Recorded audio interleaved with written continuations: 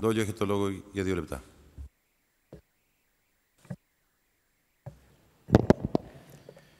Κύριε Υπουργέ, το θέμα σας είναι πολύ γνωστό. Νομίζω είναι γνωστό πανελλαδικά πλέον. Και το θέμα του ξένιο ΖΕΒΣ, αλλά και της απόφασής σας να μεταφέρετε, να δημιουργήσετε κέντρα φύλαξης παράνομων μεταναστών στη Θράκη και μάλιστα συγκεκριμένα σε 2 εκπαιδευτήρια στις σχολές αστιφυλάκων Ξάνθης και Κομοτηνής. Θέλω να θυμίσω σε εσάς και θέλω να το ακούσει όλη η αντιπροσωπεία ότι η μεταφορά των σχολών αστιφυλάκων στη Θράκη κάποια εποχή ήταν ένα εμβληματικό ζήτημα. Χαρακτήριζε την απόφαση της ελληνικής πολιτείας και όχι της τότε κυβέρνησης να αντιμετωπιστεί το θέμα των αναπτυξιακών ιδιαιτεροτήτων στη Θράκη με έναν πολύ ιδιαίτερο τρόπο. Αποφασίστηκε από την ελληνική πολιτεία να μεταφερθούν σε αυτή την περιοχή κρατικές δραστηριότητες.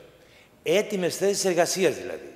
Γιατί διαπιστώθηκε ότι με τα κλασικά αναπτυξιακά μέσα και εργαλεία δεν ήταν δυνατόν να καλύψουμε την μεγάλη διαφορά που χωρίζει την ανάπτυξη αυτής της περιοχής από τον μέσο όρο της χώρας. Η απόφαση για την μετατροπή των εκπαιδευτηρίων σε κέντρα φύλαξης λαθρομεταναστών δημιούργησε την αίσθηση ότι η ελληνική πολιτεία, λόγω της οικονομικής κρίσης, λόγω των δυσχεριών που υπάρχουν, αποφάσισε να αλλάξει τακτική στο θέμα της αντιμετώπισης της ανάπτυξης στη Θράκη. Γι' αυτό το πρώτο ερώτημα το οποίο τίθεται είναι εάν η κυβέρνηση σηματοδοτεί αυτή την αλλαγή, εάν η κυβέρνηση δεσμεύεται ότι θα συνεχίσει η λειτουργία των σχολών αστιφυλάκων στη Θράκη. Βεβαίως, νομίζω ότι αυτονόητη είναι η δέσμευση ότι θα λειτουργήσει η σχολή του Δημοτήχου, η οποία δεν μετατράπηκε σε κέντρο φύλαξης παράνομων μεταναστών. Μια παράλληλη δέσμευση όμως, γιατί η Θράκη είναι ενιαία, ότι σε εύλογο χρονικό διάστημα και μέσα στη φετινή ακαδημαϊκή χρονιά θα λειτουργήσουν και οι 2 άλλες σχολές, νομίζω θα αποκαταστήσει ένα κλίμα εμπιστοσύνης της πολιτείας με εκείνη την περιοχή, αλλά έχω τη γνώμη ότι θα ακουστεί θετικά από όλο τον ελληνικό λαό. Τώρα υπάρχει και ένα δεύτερο ζήτημα. Αποφασίστηκε και συμφωνούμε με την απόφαση της κυβέρνησης η όσο το δυνατόν αποτελεσματικότερη φύλαξη του ποταμού Εύρου. Συμφωνούμε απόλυτα. Μέσα επέλεξε η κυβέρνηση να αποσπάσει, να μετακινήσει πάνω από 1.500 αστιφύλακες, πρώην συνοριοφύλακες συνήθως, στον Εύρο για την όσο δυνατόν ασφαλέστερη φύλαξη του ποταμού. Συμφωνούμε με την πολιτική αυτή. Εξάλλου, εμείς και εγώ προσωπικά είχα συμφωνήσει στην ίδια λογική και με την κατασκευή του φράχτη. Το θέμα που υπάρχει και ανακύπτει είναι ότι θα χρειαστεί αυτή η απόφαση, αυτή η προσπάθεια να έχει διάρκεια. Επομένως, η δίμηνη απόσπαση αυτών των ανθρώπων δεν θα είναι αρκετή, ή θα συνεχιστεί, ή θα χρειαστεί να μετακινηθούν και άλλοι άνθρωποι, κάποιες εκατοντάδες. Θα δημιουργηθεί θέμα. Οι άνθρωποι αυτοί είναι οικογενειάρχες, οι άνθρωποι αυτοί πραγματικά θα έχουν πρόβλημα, πέραν του ότι το κόστος για την ελληνική πολιτεία είναι πραγματικά μεγάλο. Γι' αυτό διατυπώνω τη σκέψη να χρησιμοποιηθεί ντόπιο προσωπικό κατάλληλο για την φύλαξη του ποταμού, για τη φύλαξη της διόδου. Ντόπιο προσωπικό το οποίο θα στελεχώνει μεικτά κλιμάκια, επικεφαλής θα είναι αστυνομικός, μεικτά κλιμάκια, και αναφέρομαι στους εθνοφύλακες. Είναι κάποιες χιλιάδες στον Εύρο, έχουν οπλισμό, έχουν εκπαίδευση, τους βλέπουμε να παρελάβουν στις παρελάσεις. Δεν είναι ένα σώμα το οποίο δεν το έχουμε ξαναδεί ποτέ. Έχουν ευαισθησία η οποία προκύπτει από την καταγωγή τους, έχουν γνώση της γεωγραφίας της περιοχής.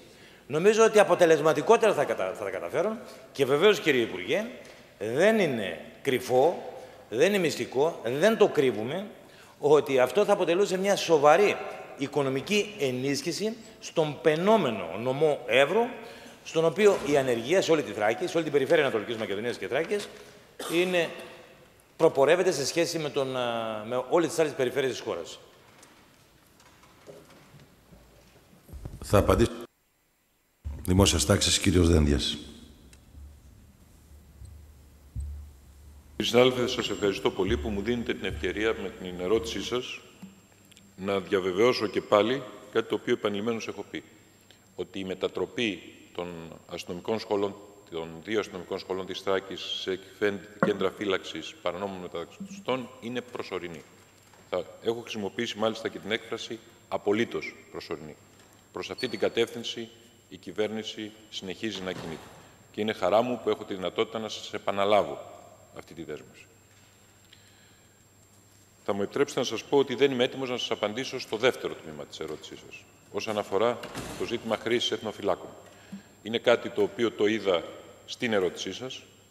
Ζήτησα από τις υπηρεσίες της ελληνικής αστυνομίας και του Υπουργείου να έχουν μια εισήγηση επί του θέματος, εάν είναι εφικτό, και τι σημαίνει βεβαίως, και για τη φύλαξη και για το κόστος και για τη δυνατότητα χρηματοδότησης του κόστους από την Ευρωπαϊκή Ένωση και τα ταμεία τα οποία χρηματοδοτούν όλη αυτή την προσπάθεια, κατά το ποσοστό τους. Ελπίζω ότι σε εύλογο χρόνο θα έχω τη δυνατότητα να σας απαντήσω. Ελπίζω ότι η διαβεβαίωσή μου για τα θέματα των σχολών να λειτουργήσει με τον τρόπο που πρέπει να λειτουργήσει προς την κοινωνία της Θράκης, προς την οποία θέλω να πω και το εξής. Ο αριθμός των αστιφυλάκων οι οποίοι θα προσληφθούν φέτος είναι εξαιρετικά χαμηλός, εξαιτίας των γενικών μέτρων. Κατά συνέπεια, η δυνατότητα λειτουργίας πολλών σχολών είναι μάλλον μακρινή. Παρά τα αυτά, έχω δεσμευθεί και θα θέλω και επί τούτου να επαναλάβω και αυτό εδώ, ότι αν λειτουργήσει έστω και μία σχολή, αυτή θα λειτουργήσει στη Θράκη. Θα μου επιτρέψετε να πω και κάτι, κυρίες και κύριοι συνάδελφοι, γενικά επί του μεταναστευτικού και του τρόπου χειρισμού και της επιχείρησης αυτής. Έχω πει επανειλημμένως και σας κουράζω ίσως επαναλαμβάνοντας τον εαυτό μου, ότι κατά την άποψη της κυβέρνησης η χώρα ευρίσκεται και βρίσκεται σε κατάσταση απόλυτου κινδύνου, σε κατάσταση συνολικής ανατροπής της κοινωνικής δομής από το μεταναστευτικό. Η προσπάθεια η οποία αναλήφθηκε είναι μεγάλη. Ξέρω ότι σε πάρα πολλές περιοχές της χώρας δεν είναι δημοφιλής, το καταλαβαίνω πάρα πολύ καλά. Όμως, από την άλλη, θέλω να διακηρύξω την κυβερνητική βούληση και την προσωπική μου βούληση και να δηλώσω ότι δεν έχει την παραμικρή έννοια να παραμένει κανείς υπουργός στο συγκεκριμένο Υπουργείο, εάν δεν υπηρετεί μια συγκεκριμένη πολιτική επίλυση αυτού του ζητήματος.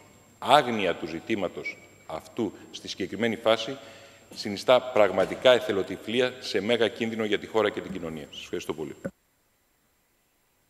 Ο κύριος Ντόλιος έχει το λόγο.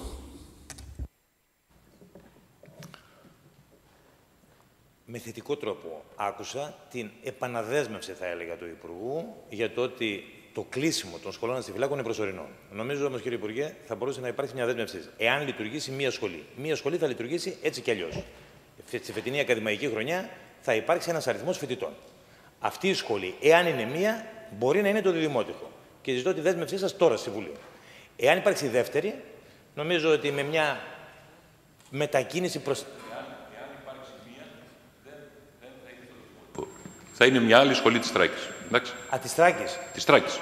Γιατί δεν θα είναι το δημότικο, δεν το. Εάν υπάρξει μία, μου είπατε. Εάν υπάρξει μία.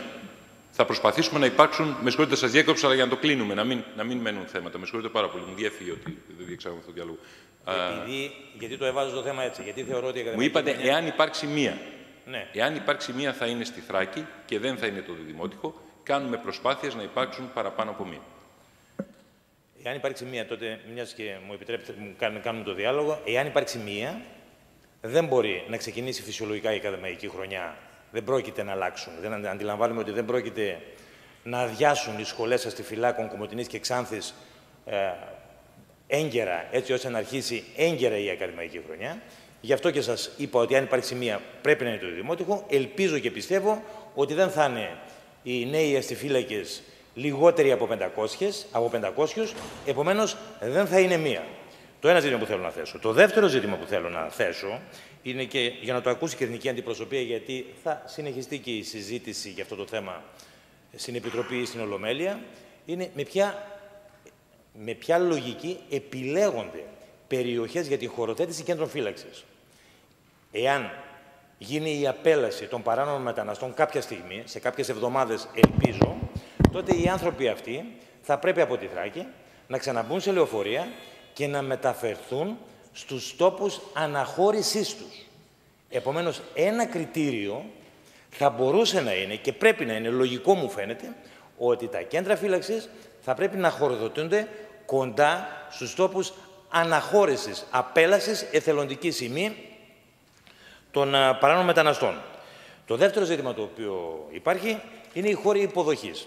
Εδώ, μιας και έτσι χαλαρώσαμε λίγο με την παρέμβασή σας την διαδικασία, κύριε Πρόεδρε, και επιτρέψτε μου, είναι ότι υπάρχει το φυλάκιο, το οποίο λειτουργεί όπως λειτουργεί. Έχει πάρθει μια απόφαση για επέκτασή του. Δεν είναι διευκρινισμένο εάν η επέκταση αυτή αφορά συγκεκριμένα ένα κέντρο υποδοχής, θα το ονομάζουμε κέντρο υποδοχής, ή εάν θα μεγαλώσει το φυλάκιο και θα είναι κέντρο φύλαξης. Αυτά είναι ζητήματα που απασχολούν την τοπική κοινωνία για πολλούς και διαφόρους λόγους, τους οποίους δεν έχω τη δυνατότητα να αναπτύξω σε αυτή μου την ερώτηση. Κλείνοντας, κρατάω με πολύ θετικό τρόπο το ότι το Υπουργείο και η κυβέρνηση θα εξετάσει τη δυνατότητα αξιοποίησης ντόπιου προσωπικού για τη φύλαξη των συνόρων. Επαναφέρω ένα ζήτημα, το οποίο λέει ότι τη στιγμή που μετακινούνται με απόσπαση τόσες εκατοντάδες άνθρωποι, εγώ προτείνω ως σκέψη να μετακινηθούν επιμονή μου βάσεως αστιφύλακες από τον Εύρο που υπηρετούν σε διάφορες περιοχές της χώρας, οι οποίοι μπορούν να ανταποκριθούν καλύτερα και βεβαίως έτσι με μια αναπτυγμένη αίσθηση καθήκοντος, η οποία προκύπτει από την ευαισθησία καταγωγής τους. Κύριος Υπουργός, έχει το λόγο. Κύριε συνάδελφε, αφού ζητήσω και πάλι συγγνώμη που σας διέκοψα πριν, λέω ναι, στο τελευταίο που είπατε έχει δοθεί ήδη σχετική εντολή. Εάν υπάρχουν αστυνομικοί από τον Εύρο που επιθυμούν να πάνε πάνω και να υπηρετήσουν, αυτό θα γίνει. Ως προς το θέμα της προηγούμενης ερώτησής σας, εάν το φυλάκιο θα είναι κέντρο πρώτης υποδοχής, κέντρο φύλαξης, σας απαντώ, θα είναι κέντρο πρώτης υποδοχής. Και επίσης σας απαντώ ότι ο σχεδιασμός του Υπουργείου δεν είναι να υπάρξουν στο νομό Εύρο κέντρα φύλαξης, κέντρα φιλοξενίας. Ο σχεδιασμός για το νομό Εύρου είναι να υπάρχουν κέντρα πρώτης υποδοχής. Ευχαριστούμε τον κύριο Υπουργό. Εισερχόμεθα στην επόμενη ερώτηση. Με υπαρίθμ 95/20